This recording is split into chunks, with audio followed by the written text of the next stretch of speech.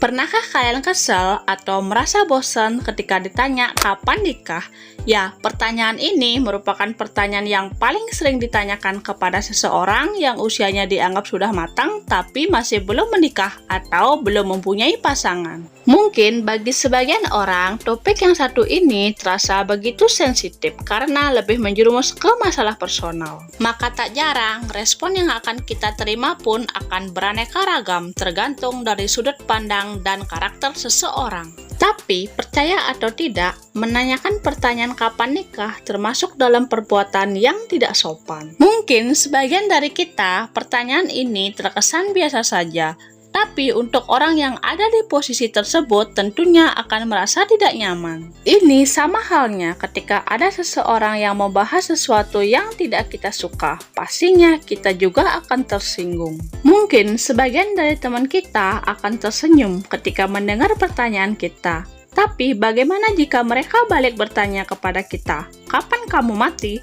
Nah, kira-kira apa yang kita jawab jika pertanyaan itu dilontarkan pada kita?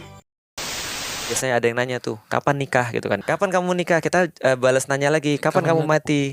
Gitu kan ya. Oh, kamu kok ngomongin saya mati sih, kan sama-sama nanya gitu. Selain itu, kita juga tidak pernah mengetahui usaha apa yang telah mereka lakukan untuk bisa sampai ke jenjang pernikahan. Sehingga kita tidak bisa untuk membandingkan jalan kita bertemu jodoh dengan jalan mereka. Karena pada dasarnya kita tidak pernah tahu apa yang pernah mereka lalui. Bisa itu baru saja putus dengan pacar mereka, ataupun terjebak dalam toxic relationship.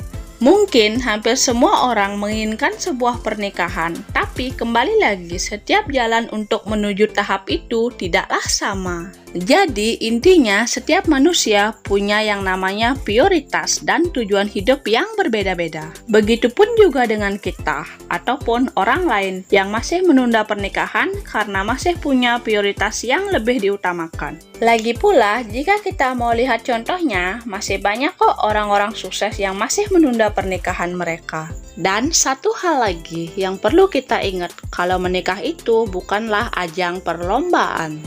Jadi gimana nih, kalian masih ada yang sebel nggak pas ditanya kapan nikah?